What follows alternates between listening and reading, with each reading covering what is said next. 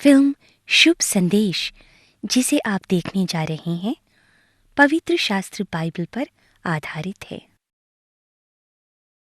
पवित्र शास्त्र बाइबल उद्धार पाने का मार्ग दिखाने वाला ग्रंथ है।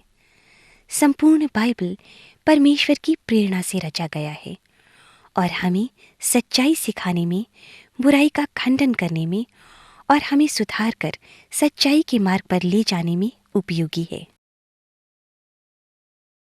इस फिल्म का उद्देश्य किसी को किसी धर्म संस्था या संप्रदाय का सदस्य बनाना नहीं है।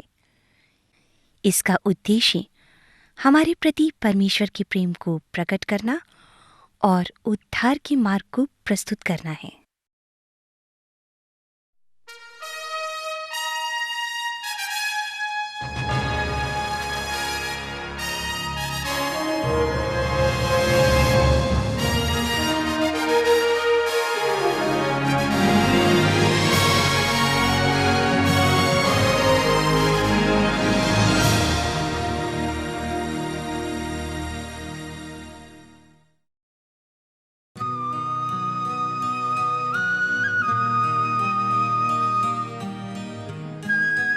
अपनी आंखें उठाकर आकाश की ओर देखो।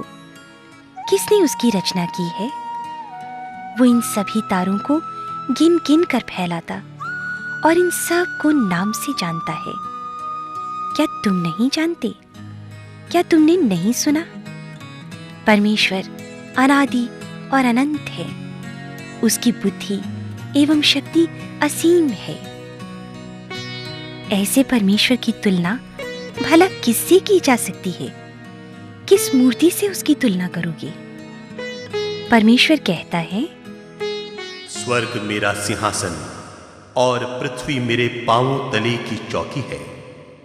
मेरे लिए तुम किस प्रकार का घर बनाओगे? मेरे विश्राम के लिए कौन सा स्थान बनाओगे? क्या ये सब वस्तुएं मेरे हाथ की बनाई हुई नहीं हैं? जिस परमेश्वर ने सारे ग्रह, नक्षत्र, समस्त ब्रह्मांड को बनाया है, जो स्वर्ग और पृथ्वी का स्वामी है, वो मनुष्य के हाथ के बनाए हुए मंदिरों में नहीं रहता।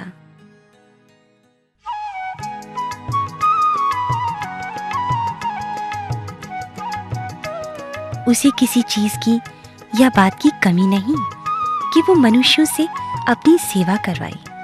वो तो स्वयं सबको जीवन, श्वास और सब कुछ देता है। इसीलिए हमें अपनी ही कल्पना और कारीगरी से बनाई गई सोने, चांदी या पत्थर की मूर्ति को परमेश्वर नहीं समझना चाहिए।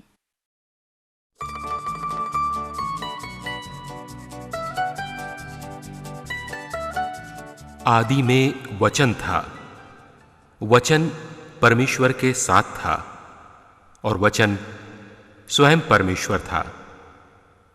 यही आदि में परमेश्वर के साथ था। सब कुछ उसी के द्वारा उत्पन्न हुआ और जो कुछ उत्पन्न हुआ है उसमें से कोई भी वस्तु उसके बिना नहीं हुई। आदि में परमेश्वर ने आकाश और पृथ्वी की सृष्टि की। पृथ्वी बेडौल और सुनसान पड़ी थी। गहरे जल की सतह पर अंधेरा था और परमेश्वर का आत्मा जल की सतह पर मंडराता था। परमेश्वर ने कहा, उजाला हो।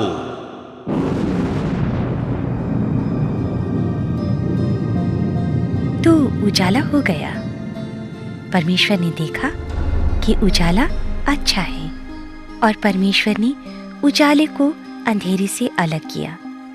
परमेश्वर ने उजाले को दिन और अंधेरे को रात कहा। फिर परमेश्वर ने कहा, जल के बीच एक ऐसा अंतर हो कि जल 2 हिस्से में बंट जाए। और वैसा ही हो गया। परमेश्वर ने एक अंतर करके उसके नीचे के जल और उसके ऊपर के जल को अलग अलग किया। परमेश्वर ने उस अंतर को आकाश कहा। फिर परमेश्वर ने कहा, आकाश के नीचे का जल एक स्थान में इकट्ठा हो जाए और सूखी भूमि दिखाई दे।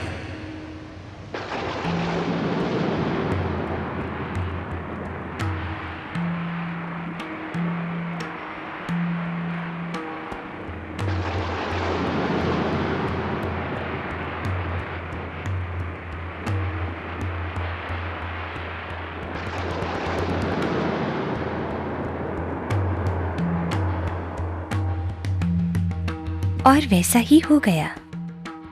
परमेश्वर ने सूखी भूमि को पृथ्वी तथा जो जल इकट्ठा हुआ उसको समुद्र कहा, और परमेश्वर ने देखा कि अच्छा है। फिर परमेश्वर ने कहा, पृथ्वी पर उत्पन्न हो नाना प्रकार की घास और फल देने वाले वृक्ष।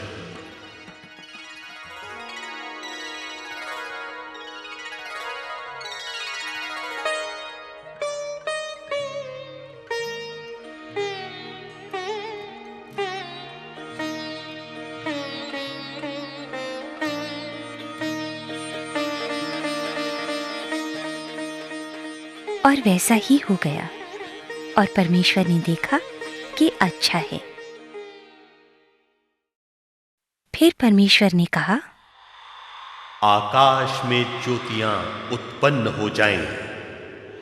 ये ज्योति दिन को रात से अलग करे। ये ज्योतियां आकाश में चमकें और पृथ्वी को प्रकाश दें।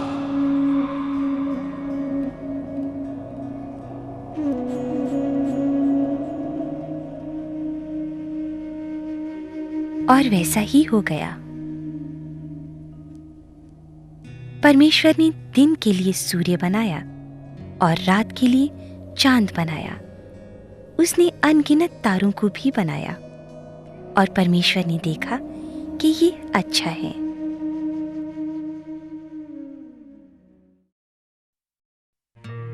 फिर परमेश्वर ने कहा, असंख्य जलचरों से जल भर जाए और पृथ्वी के ऊपर आकाश में पक्षी उड़े।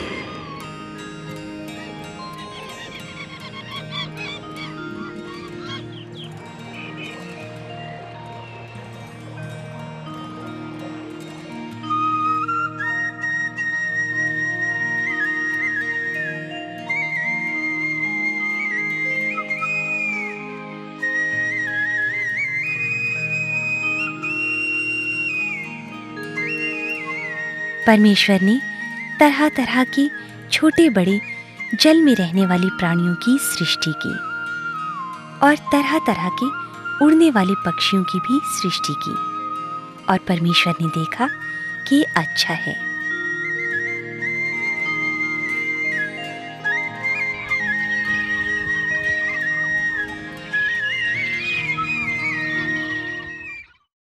फिर परमेश्वर ने कहा, पृथ्वी पर उत्पन्न हो सब प्रकार के पालतू पशु, रेंगने वाले प्राणी और जंगली जानवर।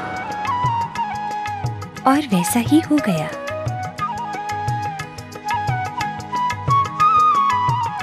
परमेश्वर ने पृथ्वी के जाति जाति के सब घरेलू पशु, वन पशु और भूमि पर रेंगने वाले जीव जंतुओं को बनाया, और परमेश्वर ने देखा कि अच्छा है।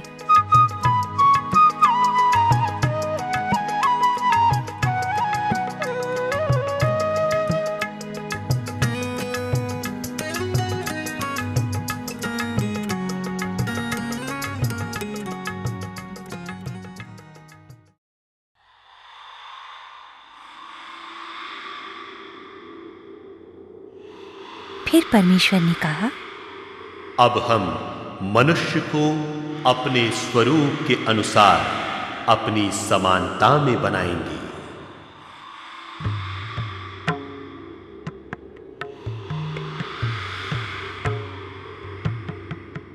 तब परमेश्वर ने मनुष्य को अपने स्वरूप के अनुसार उत्पन्न किया। परमेश्वर ने मनुष्य को भूमि की मिट्टी से रचा और उसके नथनों में जीवन का श्वास फूंक दिया। ये पहला पुरुष था। परमेश्वर ने उसका नाम रखा आदम।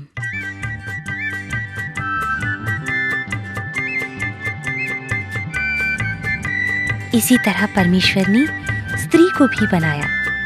उसका नाम रखा गया हव्वा।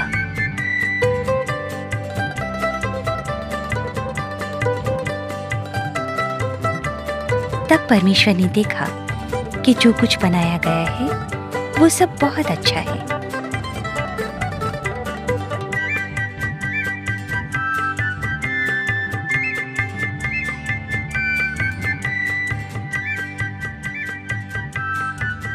परमेश्वर ने आकाश, पृथ्वी, समुद्र और उनमें विद्यमान सभी वस्तुओं को बनाया। परमेश्वर की कलात्मकता, उसका सामर्थ्य और ज्ञान सृष्टि के कण कण से प्रकट होता है। परमेश्वर के हाथ की कारीगरी कितनी अद्भुत और सुंदर है। उसका कोई और छोर नहीं है। उसकी रचना महिमा और शान से भरपूर है। उसकी गिनती समुद्र की रेत के कणों से भी अधिक है।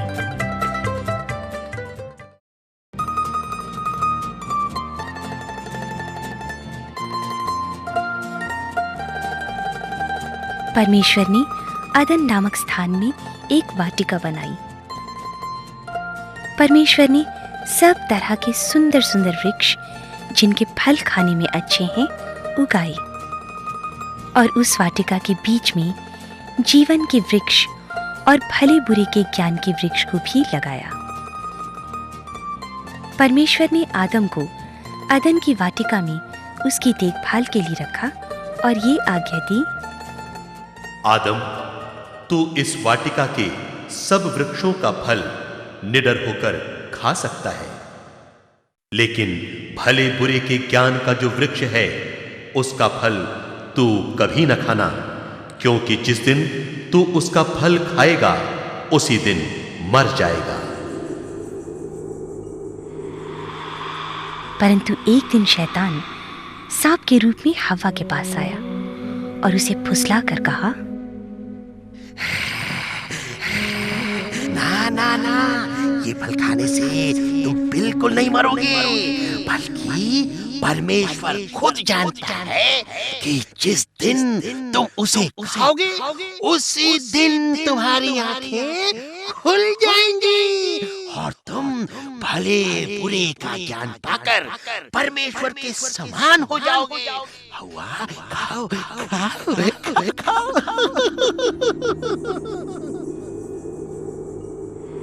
हव्वा ने देखा कि फल देखने में सुंदर है, तो उसे लगा कि खाने में भी अच्छा होगा और बुद्धि देने वाला भी होगा। उसने फल तोड़कर खा लिया और अपने पति आदम को भी दिया। उसने भी खाया।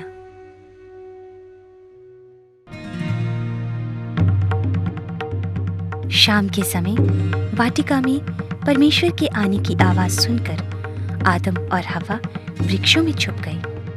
परमेश्वर ने आदम को पुकारा, आदम, आदम, तू कहां है? मैं तेरी आवाज सुनकर डर गया। मैं नंगा था इसलिए छिप गया। तुझे किसने बताया कि तू नंगा है? क्या जिस वृक्ष का फल खाने से मैंने तुझे मना किया था तूने उसी का फल खाया है? जिस स्त्री को तूने मेरी साथी बनाया उसी ने उस वृक्ष का फल मुझे दिया और मैंने खाया। फिर परमेश्वर ने स्त्री से कहा, तेरे बच्चे पैदा करने की पीड़ा बहुत बढ़ जाएगी। तू दर्द के साथ बच्चे को जन्म देगी। फिर भी तेरी कामना तेरे पति के लिए होगी और वो तुझ पर शासन करेगा। आदम से परमेश्वर ने कहा, तूने अपनी पत्नी की बात सुनी और जिस वृक्ष का फल खाने के लिए मैंने तुझे मना किया था उसी को तूने खाया है। इसलिए अब से ये भूमि भी तेरे कारण शापित है।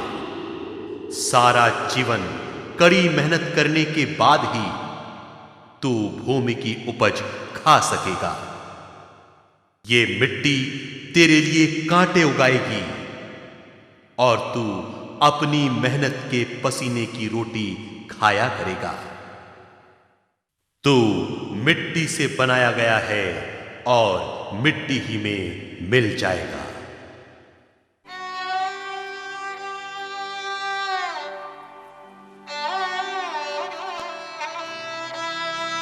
फिर परमेश्वर ने उन्हें अदन की वाटिका से निकाल दिया। इस तरह सृष्टि के पहले पुरुष और स्त्री यानी कि आदम और हव्वा द्वारा परमेश्वर की आज्ञा तोड़ने के पाप के कारण संसार में पाप का प्रवेश हुआ और इस तरह सब मनुष्य पापी हो गए। पाप से ही मृत्यु आई। इस तरह एक ना एक दिन सभी को मरना ही है।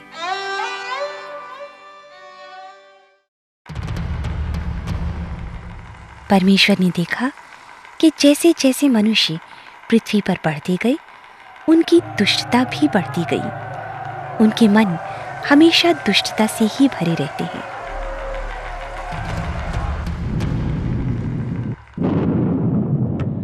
कोई भी धर्मी नहीं है, एक भी नहीं। सब भटक गए, सब के सब निकम्मे बन गए। सच्चे परमेश्वर को जानते हुए भी मनुष्यों ने ना तो उसकी आराधना की, ना ही उसका धन्यवाद किया। उनका मन अंधकारमय हो गया। वे बुद्धिमान होने का दावा तो करते हैं, परंतु वास्तव में मूर्ख ही हैं। उन्होंने अविनाशी परमेश्वर को मनुष्य, पशु पक्षी या रेंगने वाले जानवरों की मूर्ति का रूप दे दिया। वे सब प्रकार के अधर्म, दुष्टता, व्यभिचार, लोभ और बैर भाव से भर गए। वे डाह, हत्या, झगड़े, छल और बुरी बुरी भावनाओं से भर गए। वे सब प्रकार के चुगलखोर, बदनाम करने वाले, दूसरों का अनादर करने वाले, परमेश्वर से घृणा करने वाले, अभिमानी, डींग मार, बुरी बुरी बातों के बनाने वाले, माता पिता की आज्ञा ना मानने वाले, विवेकहीन, विश्वासघाती, कठोर और निर्दयी हो गई। परमेश्वर ने पाप के प्रतिफल के रूप में उन्हें मृत्यु का शाप दे दिया।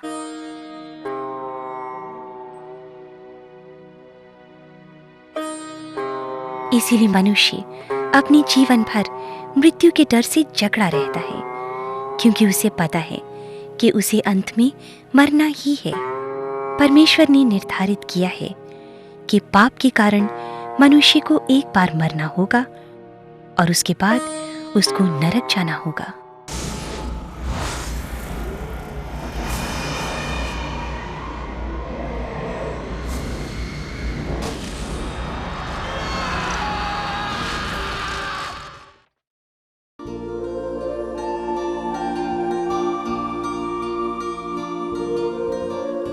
परंतु परमेश्वर अपने बनाए हुए मनुष्य से प्रेम करता है और उसने मनुष्यों को उनकी पापी दशा से उद्धार देने के लिए एक योजना बनाई। बहुत साल पहले से अपने भक्तों के द्वारा परमेश्वर ने वचन दिया था कि वो संसार के मुक्तिदाता को भेजेगा। एक भक्त ने कहा, अरे सुनो तुम लोग, परमेश्वर स्वयं एक चिन्ह देगा और वह यह है कि एक कुंवारी गर्भवती होगी और एक पुत्र को जन्म देगी। एक और भक्त ने कहा, जो अपने पापों से मन फिराते हैं उनके लिए एक उद्धारकर्ता आएगा। फिर एक और भक्त ने कहा, सचमुच वो उद्धारकर्ता हमारे रोगों को अपने ऊपर ले लेगा, हमारे दुखों को उठा लेगा। हमारे ही अपराधों के कारण वो घायल किया जाएगा और हमारे ही कुकर्मों के कारण वो कुचला जाएगा। उसके आने पर परमेश्वर से प्रेम करने वालों के लिए उनके पाप और उनकी अशुद्धता को धोने के लिए एक जल की धारा फूट निकलेगी।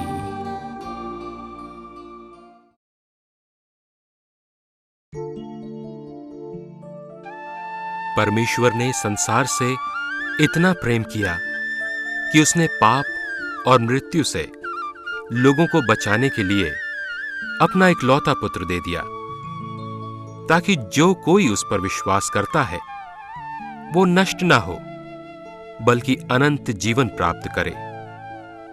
जो विश्वास नहीं करता वो दोषी ठहराया जा चुका है।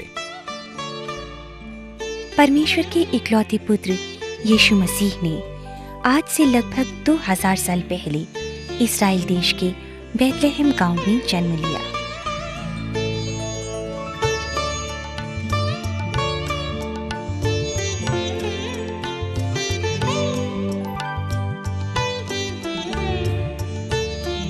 यीशु परमेश्वर और मनुष्यों के अनुग्रह में बड़ा होता गया।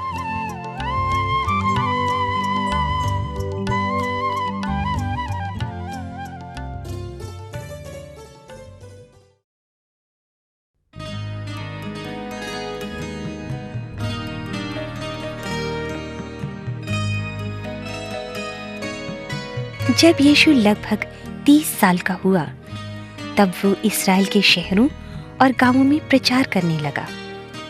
उसने कहा, अपने अपने पापों पर पश्चाताप करो और परमेश्वर के वचन पर विश्वास करो, क्योंकि परमेश्वर का राज्य जल्द ही आ रहा है। जहां कहीं वो जाता, भीड़ की भीड़ उसकी बातें सुनने के लिए इकट्ठी हो जाती। यीशु ने कहा, सकरे फाटक से प्रवेश करो, क्योंकि जो मार्ग विनाश को पहुंचाता है वो बहुत चौड़ा है और उसका फाटक भी चौड़ा है। ज्यादातर लोग उसी रास्ते को चुनते हैं, परंतु वो मार्ग जो जीवन को पहुंचाता है बहुत सकरा है, उसका फाटक भी सकरा है। बहुत थोड़े से लोग उस पर चलते हैं। मार्ग, सच्चाई और जीवन मैं हूं। बिना मेरे द्वारा कोई पिता के पास नहीं पहुंच सकता।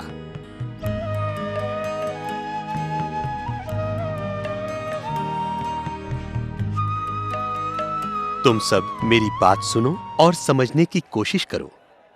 मनुष्य के कुछ खाने पीने से कोई अशुद्ध नहीं होता, परंतु जो वस्तुएं मनुष्य के भीतर से निकलती हैं वे ही उसे अशुद्ध करती हैं, क्योंकि भीतर से अर्थात मनुष्य के मन से बुरे बुरे विचार, व्यभिचार, चोरी, हत्या, परस्त्री गमन, लोभ, दुष्टता के काम और छल, कामुकता, ईर्ष्या, निंदा, अहंकार और मूर्खता की बातें निकलती हैं।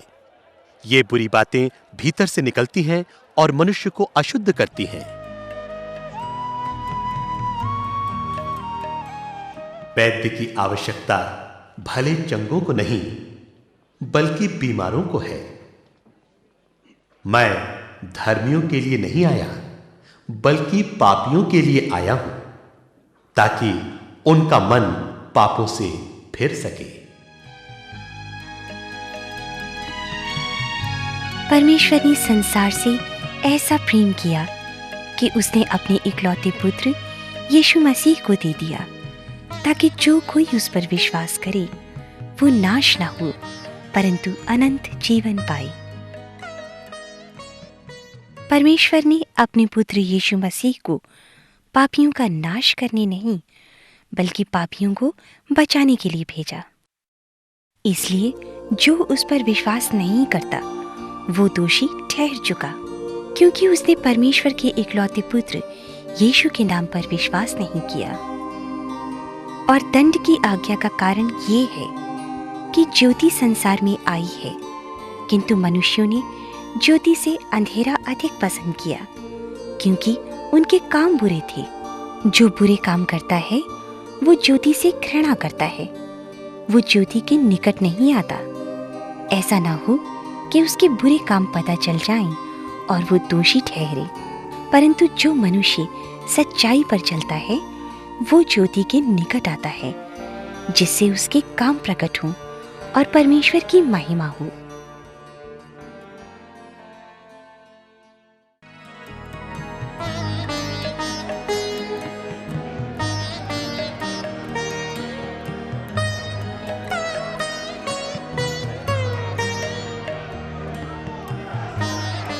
यीशु जहाँ भी जाता, लोग सब तरह की बीमारों को, जिनमें दुष्ट आत्माएं थीं, जिन्हें मिर्गी और लकवे का रोग था, उसके पास ले आया करते थे।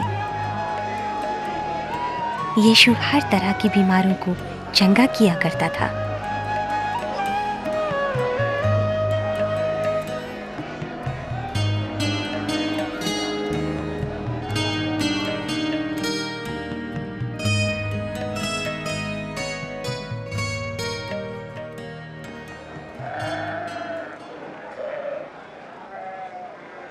एक दिन एक आदमी ने यीशु के पास आकर उससे विनती की, प्रभु, प्रभु, मुझ पर दया कीजिए, मेरे पुत्र को बचा लीजिए प्रभु।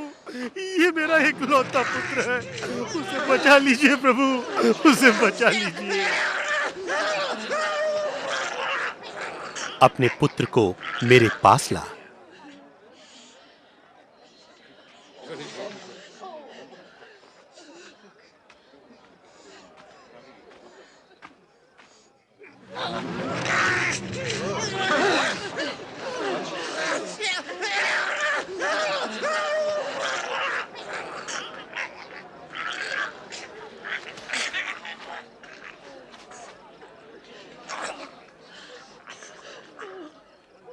तब यीशु ने उसे डांटा और दुष्ट आत्मा उसमें से निकल गई और वो लड़का उसी समय अच्छा हो गया।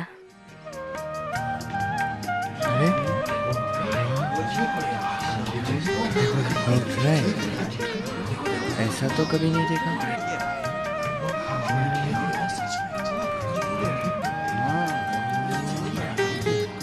इसका चेहरा भी ठीक हो गया, कितना अद्भुत है।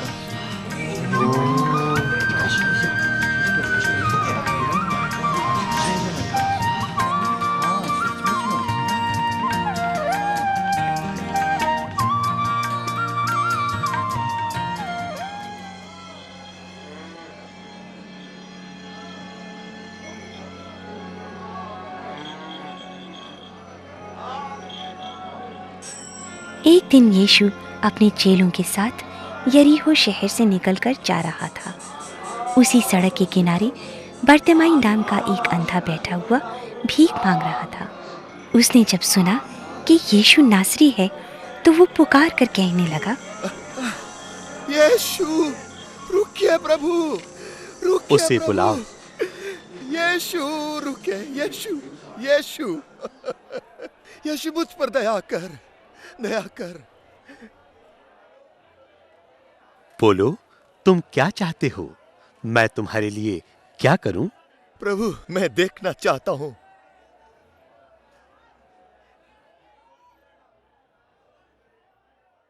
देखने लगो, तुम्हारे विश्वास ने तुम्हें चंगा कर दिया है। मैं देख सकता हूं प्रभु, मैं देख सकता हूं, मैं देख सकता हूं, मैं देख सकता हूं प्रभु, प्रभु, मैं देख सकता हूं। वो देखने लगा और उसके पीछे चलने वालों में शामिल हो गया। एक दिन यीशु और उसके चेले झील पार करने के लिए नाव पर सवार हो गए। चेले नाव घेर रहे थे और यीशु सो रहा था। अचानक भयंकर आंधी आ गई।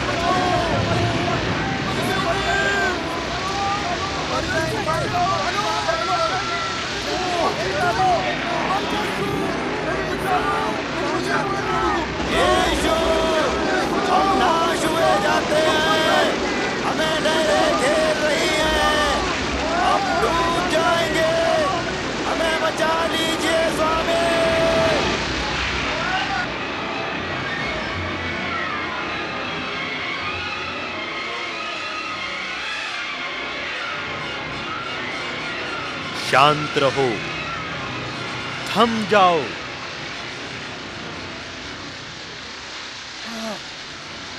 बच जाएंगे।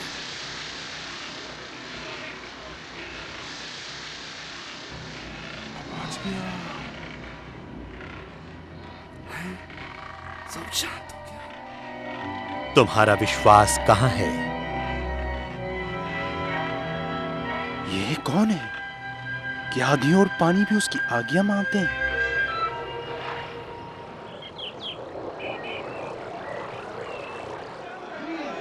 एक दिन याईर नाम के आदमी ने यीशु के पास आकर विनती की।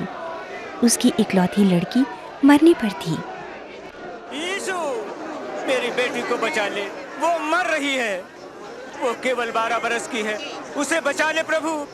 मेहरबानी से मेरे साथ चल। याईर, मुझे बड़ा दुख है। यीशु, तुम्हारी बेटी मर गई, गुरु को दुख ना दे। डरो मत, केवल विश्वास रखो और वो ठीक हो जाएगी।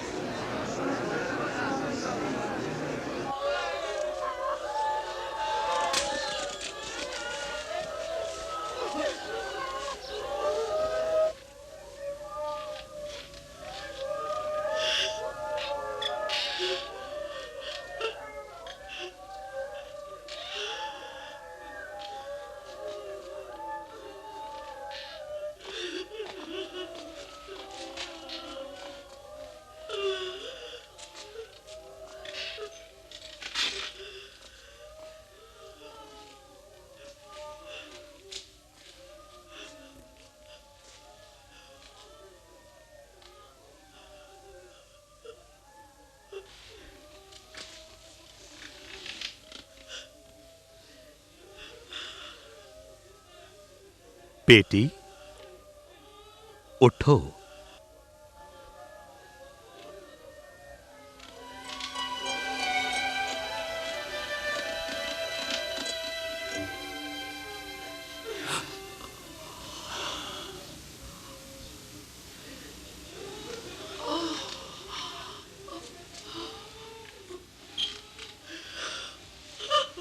इसे कुछ खाने को दो और सुनो, ये बात किसी से मत कहना।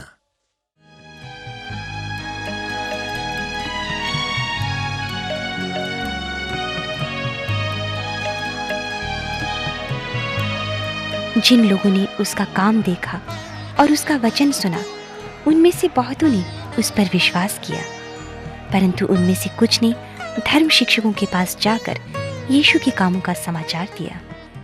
धर्म शिक्षकों ने आपस में कहा, ऐसा कब तक चलेगा? यह आदमी तो बहुत से अद्भुत काम दिखाता है। यदि हम उसे यूं ही छोड़ दें तो सब उस पर विश्वास ले आएंगे। उन्होंने यीशु को मार डालने के लिए षड्यंत्र रचा और लोगों के डर से उसे एकांत में गिरफ्तार करने का मौका ढूंढने लगे।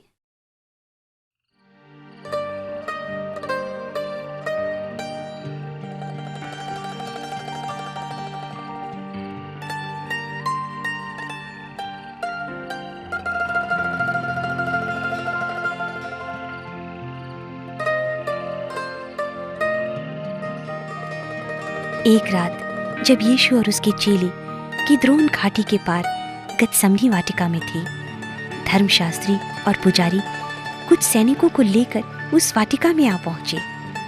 वे मशालों और हथियारों से लैस थे।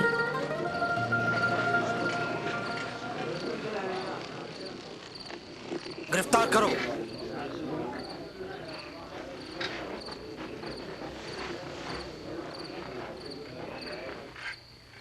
वे यीशु को काइफा नामक महापुरोहित के पास ले गए। रखवाली करो इसकी।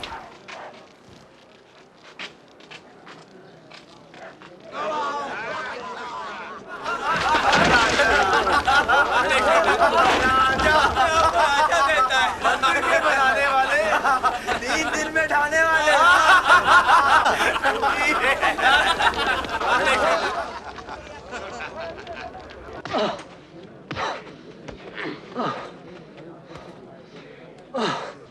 अरे तुझे किसने मारा बता? भविष्यवाणी तो कर, अब तुझे कौन मारेगा? बंद करो, ये सब बंद करो। उसे सभा के सामने लाओ। चलो। इस प्रकार उन्होंने यीशु का बहुत उपहास किया। शास्त्री और धार्मिक नेता अंदर ही थे। यीशु की हत्या करने के लिए वे झूठे गवाहों की खोज में थे, लेकिन बहुत से झूठे गवाह मिलने पर भी वे यीशु में कोई दोष पा न सके। हमें बता, क्या तू मसीह है? यदि मैं कहूं तो भी तुम विश्वास नहीं करोगे, और यदि मैं तुमसे पूछूं तो तुम उत्तर नहीं दोगे। मैं तुमसे यह भी कहता हूं कि अब से तुम मुझको सर्वशक्तिमान के दाहिने ओर बैठे और राजा बनकर बादलों पर आते देखोगे। तो क्या तू परमेश्वर का पुत्र है? तुम ठीक कहते हो। इसे तो मृत्युदंड दिया जाना चाहिए। ये तो परमेश्वर की निंदा कर रहा है। अब हमने अपने आप सुन लिया है उसने क्या कहा। परमेश्वर की निंदा की है, इसे मरना ही चाहिए। इसे मृत्युदंड। अब हम इसे पिलातुस के पास ले चलेंगे। ले चल।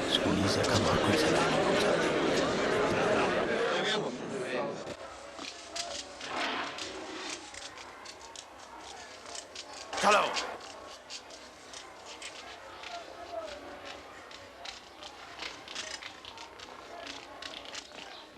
जब भोर हुई तो सब प्रधान याजकों और धार्मिक नेताओं ने यीशु को बांधा और हाकिम पिलातुस के पास ले गए।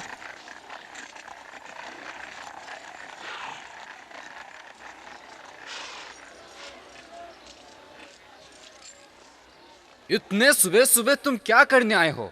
हमने उसे लोगों को भड़काते हुए पकड़ा है। इसने आराधनालय के बाजार में भी खलबली मचा दी थी। इसकी सजा क्या होगी? इसका फैसला कर। मैं तो इस मनुष्य में कोई दोष नहीं पाता, कोई दोष नहीं। हमने इसे दोषी पाया है। ये कैसर को कर देने से मना करता है, अपने आप को मसीह कहता है, एक राजा। राजा?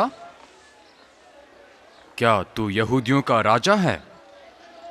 तुमने ठीक कहा है।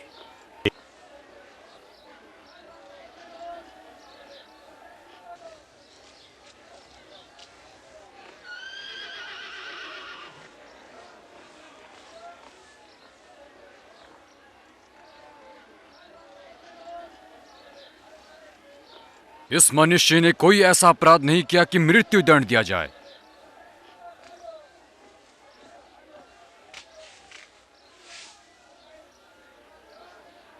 इसलिए मैं इसे कोड़े लगवाकर छोड़ देता हूं।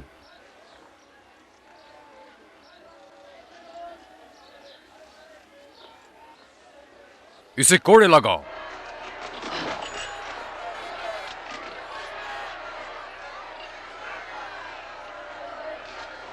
धार्मिक नेताओं ने जनता को उकसाया कि वे यीशु की मृत्यु की मांग करें, और जनता जोर जोर से चिल्लाने लगी।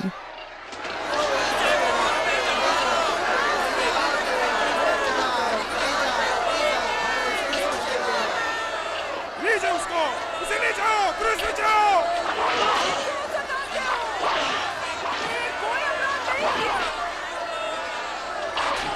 इसका काम तमाम कर दो पिलातुस।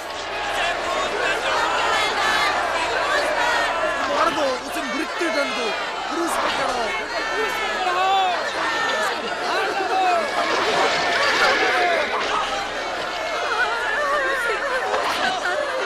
उसने कोई अपराध नहीं किया, उसे मत सताओ, छोड़ दो। दुनिया से मिटा दो।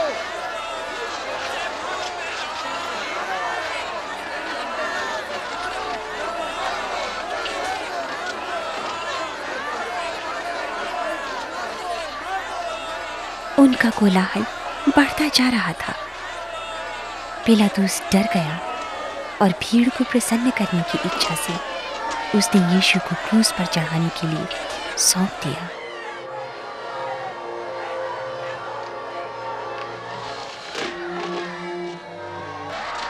पीछे हटो, पीछे हटो, जगा दो, पीछे हटो, चल हट, हटता नहीं, हट, जगा दो।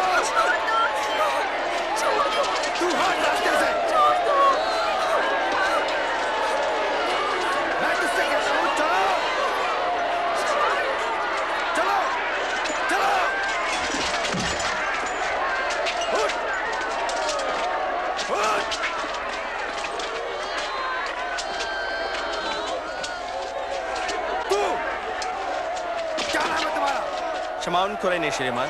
चलो इधर आओ। रस्से काट दो।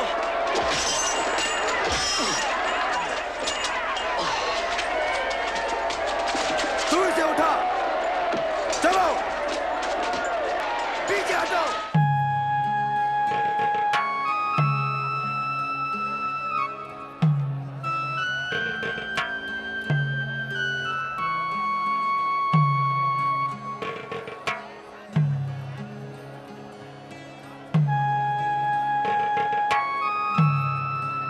और यीशु को गुलगुता नामक जगह पर, जो खोपड़ी का स्थान कहलाता है, क्रूस पर चढ़ाया जाने लगा। उस दिन 2 डाकू भी यीशु की दाईं और बाईं ओर क्रूस पर लटकाए गए। उन्हें भी मृत्युदंड की आज्ञा सुनाई गई थी।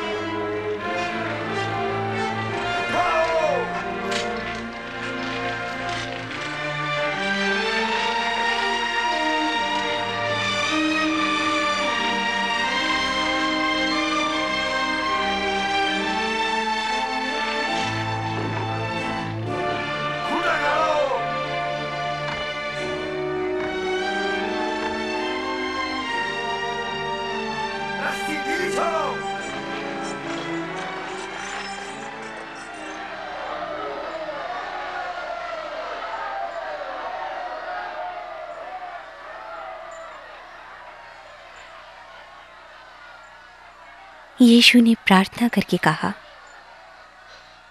हे पिता, इन्हें क्षमा करना, क्योंकि ये नहीं जानते कि ये क्या कर रहे हैं।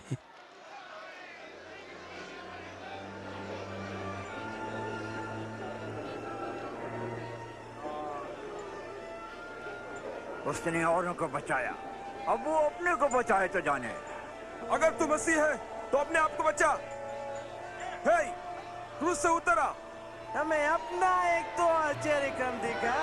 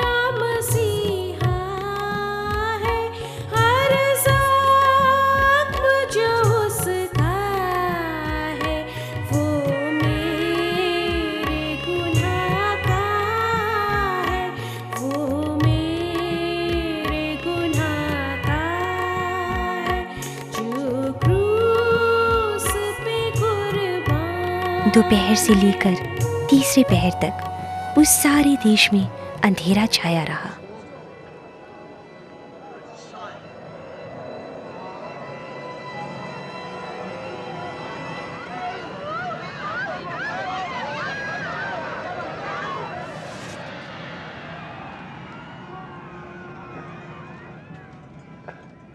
तीसरे पहर के होते होते यीशु ने दर्द से कराहते हुए कहा,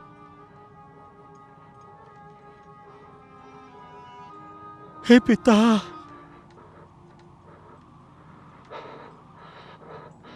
मैं अपनी आत्मा तेरे हाथों में सौंपता हूं।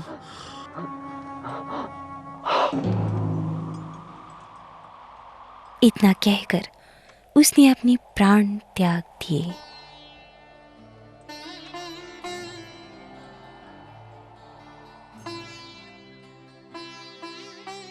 अरमितिया का निवासी यूसुफ एक धर्मी मनुष्य था और इस हत्याकांड का विरोधी था। उसने पिलातूस से यीशु की लाश मांगी ताकि उसे शब्द की संध्या से पहले ही कब्र में रख सके।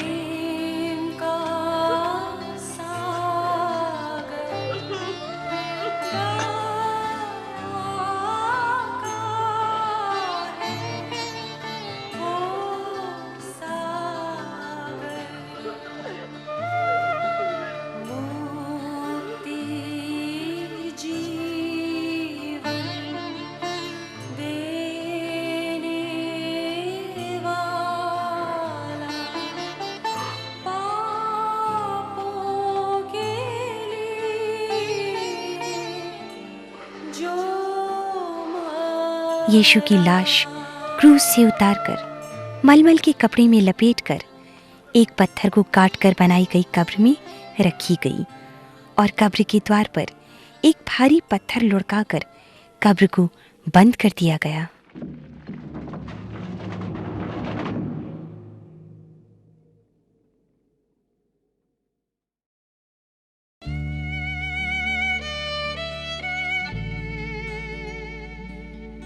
सच में यीशु संसार में आया था हमें पापों से बचाने के लिए। ये जो कुछ भी हुआ वो सब हमारे लिए था। यीशु ने हमारे पापों को अपने ऊपर ले लिया, हमारे बदले पाप का दंड भी सहा। वो हमारे ही अपराधों के कारण मारा गया और हमारे ही कुकर्मों के कारण कुचला गया। जो दंड उसने भोगा उसके द्वारा ही हमें मुक्ति मिली और उसके जख्मों के बदले हमें चंगाई मिली। हम सभी खोई हुई भेड़ के समान परमेश्वर से दूर हो गए थे और अपनी मनमानी राहत पर चल रहे थे। फिर भी परमेश्वर ने हम सब के पापों का भार यीशु के ऊपर लाद दिया। यह संसार उसी के द्वारा उत्पन्न हुआ, परंतु संसार ने उसे नहीं पहचाना। परंतु जितनों ने उसे ग्रहण किया, अर्थात जो उसके नाम में विश्वास करते हैं, उन्हें उसने परमेश्वर की संतान होने का अधिकार दिया।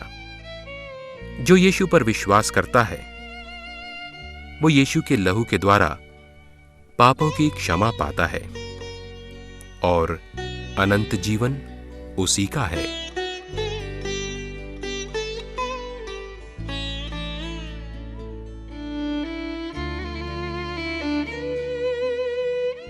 यीशु को कब्र में रखने के तीसरे दिन की भोर को कुछ स्त्रियां सुगंधित वस्तुएं लेकर यीशु की कब्र पर गईं, ताकि उस देश की रीति रिवाज के अनुसार यीशु की लाश पर उन्हें लगा सकें।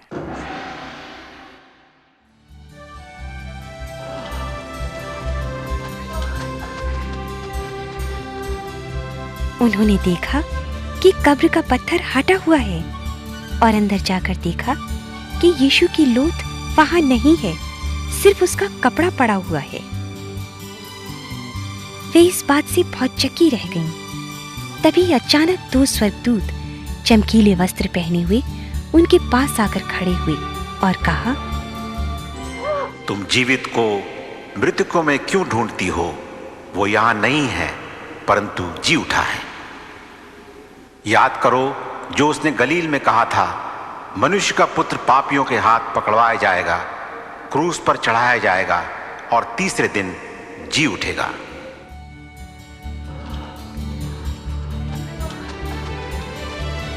स्त्रियां डर तो गईं, फिर भी बड़े आनंद के साथ यीशु के चेलों को यह समाचार देने के लिए दौड़ी गईं।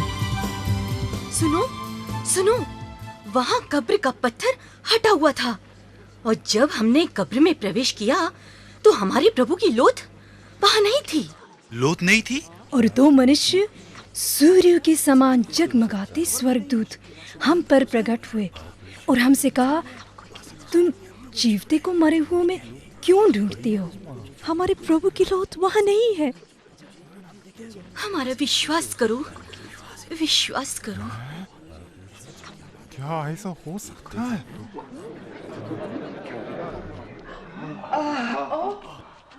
देखो, तुम्हें शांति मिले।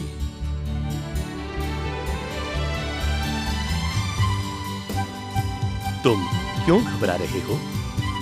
तुम्हारे मन में संदेह क्यों हो रहा है? मेरे हाथ और मेरे पांवों को देखो। देखो ना, मैं वही हूं। मुझे छू कर देखो। भूत प्रेत के हड्डी मांस नहीं होता, जैसा कि तुम मुझ में देख रहे हो। जब मैं तुम्हारे साथ था, तभी मैंने कहा था, मेरे बारे में जो भविष्यवाणी की गई है वो अवश्य पूरी होगी। नबियों ने कहा था कि मैं पापियों के हाथों पकड़वाया जाऊंगा और मार डाला जाऊंगा और तीसरे दिन फिर जी उठूंगा। ऐसे में मेरे नाम से पाप क्षमा का सुसमाचार सारे संसार में प्रचारित किया जाएगा। तुम सब इसके गवाह हो। ये तुम्हारे लिए मेरी आज्ञा है। तुम सारे जगत में जाकर सारी सृष्टि के लोगों में सुसमाचार प्रचार करो। जो विश्वास करेगा और बपतिस्मा लेगा, उसी का उद्धार होगा, परंतु जो विश्वास नहीं करेगा, उस पर उसके पापों के कारण अनंत काल के दंड की आज्ञा परमेश्वर की ओर से होगी।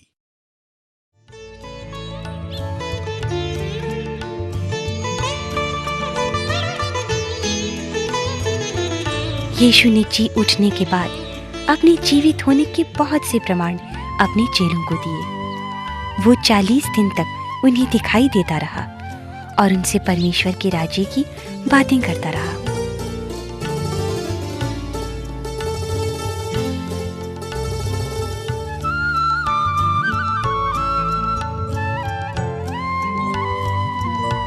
अपने जीवित हो जाने के 40 दिन बाद यीशु अपने चेलों को साथ लिए शहर के बाहर एक पहाड़ी पर पहुंचा। वहां उसने अपने हाथ उठाकर उन्हें आशीष दी और देखते देखते आकाश में ऊपर उठा लिया गया और बादलों ने यीशु को अपनी गोद में छिपा लिया।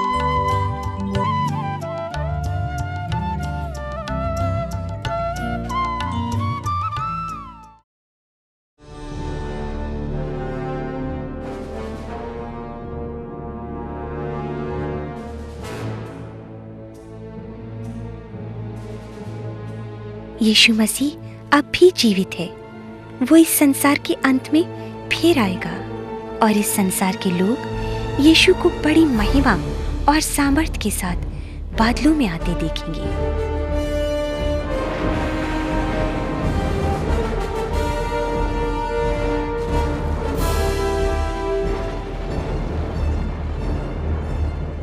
यीशु मसीह जगत का न्याय करने आ रहा है, परंतु प्रभु का आना चोर के समान अचानक होगा।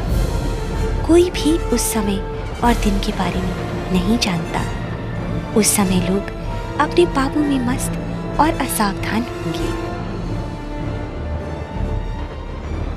उस दिन सूर्य, चांद, तारे सब भयंकर गर्जना के साथ अंधकार में खो जाएंगे। पृथ्वी और उस पर की रचना जलकर भस्म हो जाएंगी।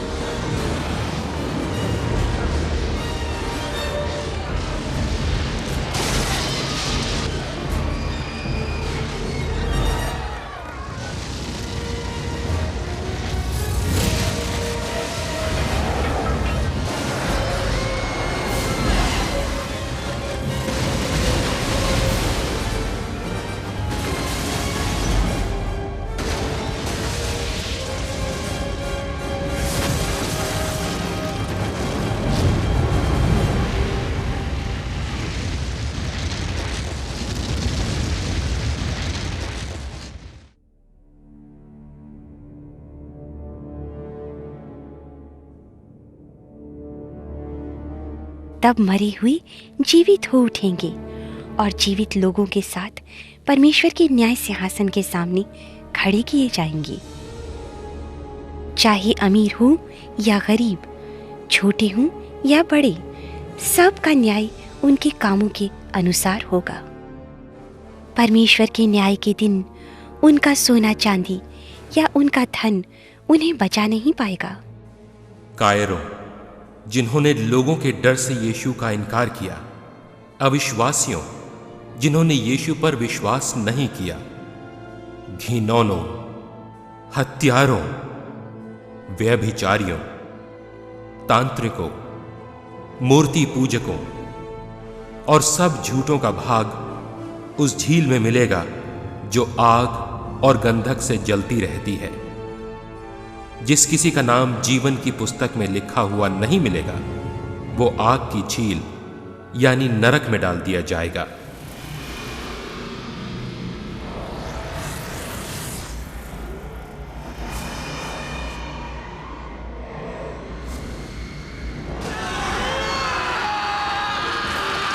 उसकी आग हमेशा जलती रहेगी और वो कभी नहीं बुझेगी। इसमें पापियों को भी हमेशा के लिए डाल दिया जाएगा। इसलिए परमेश्वर का भय मानो, जो आत्मा और शरीर दोनों को नरक में नाश कर सकता है।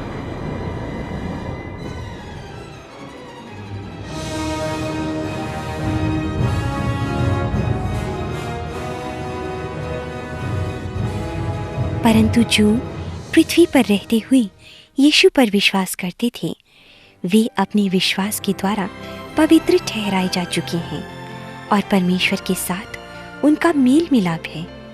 वे हमेशा के स्वर्ग राज्य में अनंत महिमा में प्रवेश करेंगे, जिसे आंखों ने नहीं देखा और कानों ने नहीं सुना, और जो बातें कभी मनुष्य के मन में ही नहीं आईं। ऐसी चीजों को परमेश्वर ने अपने प्रेम करने वालों के लिए तैयार किया है। परमेश्वर खुद उनके साथ रहेगा और वो परमेश्वर के अपने लोग होंगे। इसके बाद न मृत्यु रहेगी और न शोक, न विलाप, न पीड़ा रहेगी। पहली की सारी बातें समाप्त हो जाएंगी। जो विश्वास करते हैं वे यीशु मसीह के द्वारा अविनाशी और अमिट संपत्ति प्राप्त करेंगे।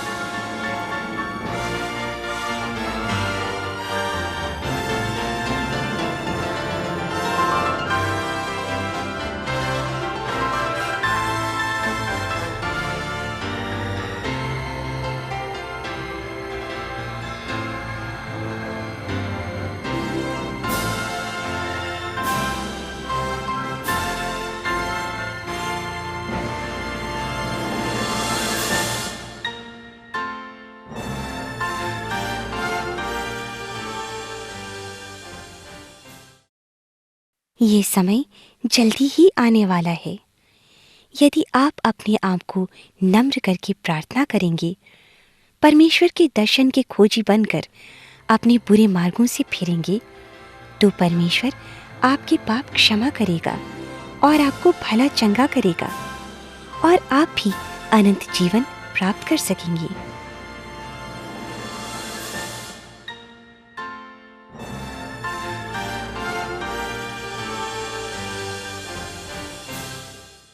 इस फिल्म का उद्देश्य किसी को किसी धर्म संस्था या संप्रदाय का सदस्य बनाना नहीं है।